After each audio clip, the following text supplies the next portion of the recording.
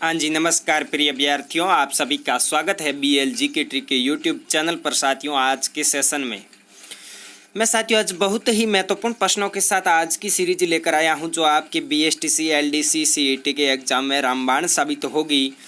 तो आप इस सेशन को बहुत ध्यानपूर्वक देखिएगा ताकि आने वाले एग्जाम में अपन बेहतर कर पाएँ। तो चलिए करते हैं इस सेशन की शुरुआत। इससे पहले आप चैनल पर नए हो तो एक बार सब्सक्राइब जरूर कर लें ताकि आने वाली वीडियो की नोटिफिकेशन आपके पास पहुंचती रहे।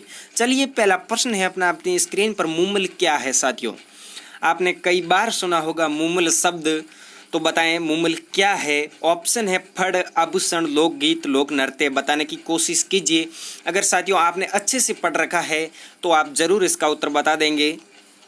बताएं इस प्रश्न का उत्तर साथियों कमेंट बॉक्स में। मूमल क्या है? अगर मैं साथियों मूमल क्या है इसकी बात करूं तो ये साथियों मूमल एक लोकगीत है। क्या है? लोकगीत, जो कहाँ गाया जाता है? मांड क्षेत्र में। कहाँ भाई? मांड क्षेत्र में। कहाँ भाई? मांड क्षेत्र में। अब आप कहेंगे सर मांड क्षेत्र कौन सा? तो साथियों जैसलमेर बीकानेर का क्षेत्र है। इस क्षेत्र में मूमल गीत गाया जाता है। तो चलिए अगले प्रश्न की ओर। अगला प्रश्न ये रहा अपनी स्क्रीन पर, ये लो। मेवाती बोली किस जिले में बोली जाती है? जी हाँ साथियों, वेरी वेरी इंपॉर्टेंट क्वेश्चन साथियों। हर एक क्वेश्चन इंपॉर्टेंट है क्योंकि मैं ऐसे ही क्वेश्चन लाता हूँ जो एग्जाम की दृष्टि से इंपॉर्टेंट है। तो बताएं मेवाती बोली किस जिले में बोली जाती है? ऑप्शन है साथियों भरतपुर, धौलपुर, अलवर, भीलवाड़ा। बताने की कोशिश कीजिए। आपको हर एक प्रश्न का उत्तर साथियों कमेंट बॉक्स में देना है। तो बताएं मेवाती बोली किस जिले में बोली जाती है? अगर मैं साथियों मेवाती बोली की बात करूं तो ये साथियों अलवर क्षेत्र में बोली जाती है, यानी अलवर जिले में बोली जाती है। तो इसका राइट आंसर है ऑप्शन नंबर सी, यानी अलवर। चलिए अगले प्रश्न की ओर। अगला प्रश्न ये रहा अपनी स्क्रीन पर, ये लो। आशापुरा माता किस वंश की कुल देवी है? जी हाँ, आशापुरा माता किस वंश की कुल देवी है? क्वेश्चन नंबर 3 साथियों, आशापुरा माता किस वंश की कुल देवी है? ऑप्शन है राठौड़ वंश, सीरवी वंश, चौहान वंश, डी इनमें से कोई नहीं। अगर साथियों आपने कला, संस्कृति और इतिहास को बड़े अच्छे से पढ़ रखा है तो आप 99% 100% इस क्वेश्चन का उत्तर आप दे सकते हो। बताएं आशापुरा माता किस वंश की कुल देवी है? अगर मैं साथियों इस प्रश्न के राइट आंसर की बात करूं तो इसका राइट आंसर है चौहान वंश। ऑप्शन नंबर सी है वो इस प्रश्न का बिल्कुल साथियों राइट आंसर है। आशापुरा माता है जो चौहान वंश की कुल देवी है। चलिए अगले प्रश्न की ओर। अगला प्रश्न ये रहा अपनी स्क्रीन पर, ये लो भाई। नाथ द्वारा मंदिर का निर्माण किसने करवाया था? जी हाँ, नाथ द्वारा मंदिर का निर्माण किसने करवाया था? ऑप्शन है साथियों गोविंद देव, मान सिंह, जगत सिंह, राज सिंह। बताएं नाथ द्वारा मंदिर का निर्माण किसने करवाया था? गोविंद देव, मान सिंह, जगत सिंह, राज सिंह, इनमें से किसने करवाया था नाथ द्वारा मंदिर का निर्माण? साथियों हर एक क्वेश्चन इंपॉर्टेंट है। अगर मैं साथियों इस प्रश्न के राइट आंसर की बात करूं तो इसका राइट आंसर है Raj Singh. Option number D है वो इस प्रश्न का साथियों बिल्कुल राइट आंसर है। नाथ द्वारा मंदिर का निर्माण है जो राज सिंह ने करवाया था। चलिए अगले प्रश्न की ओर। अगला प्रश्न ये रहा अपनी स्क्रीन पर, ये लो भाई। महाराणा कुंभा ने कितने दुर्गों का निर्माण करवाया? सामान्य सा क्वेश्चन है साथियों। कभी आपने महाराणा कुंभा के बारे में पढ़ा होगा तो जरूर बता देंगे।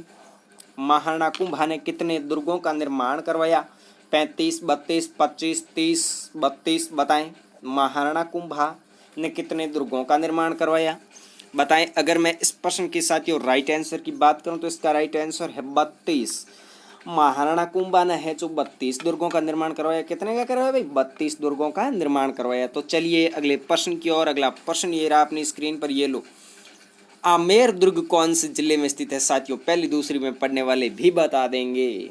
सामान्य क्वेश्चन है, आमेर दुर्ग कौन से जिले में स्थित है? साथियों जोधपुर, उदयपुर, अजमेर, जयपुर। ये क्वेश्चन साथियों किसी का भी गलत नहीं होना चाहिए। आप सभी इस प्रश्न का उत्तर साथियों कमेंट बॉक्स में देंगे। बताएं आमेर दुर्ग कौन से जिले में स्थित है? अगर मैं इस प्रश्न के राइट आंसर की बात करूं तो जयपुर में है। ऑप्शन नंबर डी है वो इस प्रश्न का साथियों बिल्कुल राइट आंसर है। चलिए अगले प्रश्न की ओर। अगला प्रश्न ये रहा अपनी स्क्रीन पर। महाराणा कुंभा द्वारा निर्मित कीर्ति स्तंभ कहाँ स्थित है? जी हाँ, महाराणा कुंभा द्वारा निर्मित कीर्ति स्तंभ।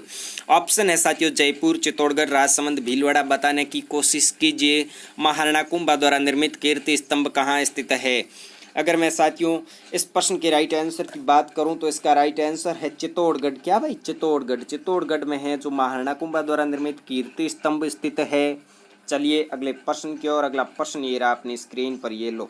थार महोत्सव कौन से जिले में मनाया जाता है? जी हाँ, थार महोत्सव कौन से जिले में मनाया जाता है साथियों? ऑप्शन है सिरोही, बाड़मेर, जैसलमेर, बीकानेर। बताने की कोशिश कीजिए।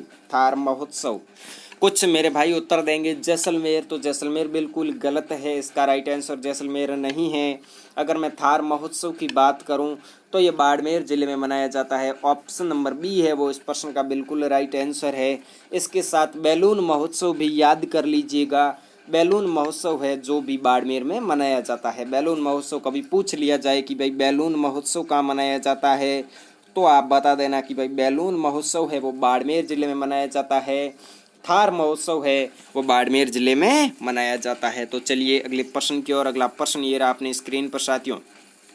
मांदल क्या है? बताने की कोशिश कीजिए। मांदल क्या है? एक वाद्य यंत्र है, या एक लोकगीत है, या एक आभूषण है, या एक चित्रकला है? बताएं मांदल क्या है। अगर मैं साथियों मांदल क्या है इसकी बात करूं तो मांदल एक वाद्य यंत्र है। क्या है? वाद्य यंत्र। सीधा सा आपने राइट कर देना। कभी पूछ ले कि मांदल क्या है तो सीधा सट बोल देना कि वाद्य यंत्र है मांदल एक। चलिए अगले प्रश्न की ओर। अगला प्रश्न ये रहा अपनी स्क्रीन पर। किस जिले को राजस्थान का गुलाब कहा जाता है? जी हाँ साथियों, ये वही जिला है जिसको अंडमान निकोबार भी कहा जाता है और जिसे राजस्थान का गुलाब भी कहा जाता है। इतना हिंट साथियों आपको बता दिया है। अब आप इस प्रश्न का उत्तर दीजिए साथियों, बताने की कोशिश कीजिए। अगर मैं साथियों इस प्रश्न के राइट आंसर की बात करूं तो इसका राइट आंसर है जैसलमेर। जैसलमेर को है जो राजस्थान का गुलाब कहा जाता है। तो चलिए साथियों, आप सभी ने सेशन को बड़े अच्छे से देखा। आप सभी को धन्यवाद। मिलते हैं इसी जोश के साथ अगले सेशन में। All the best. खुश रहिए, मस्त रहिए, हंसते रहिए।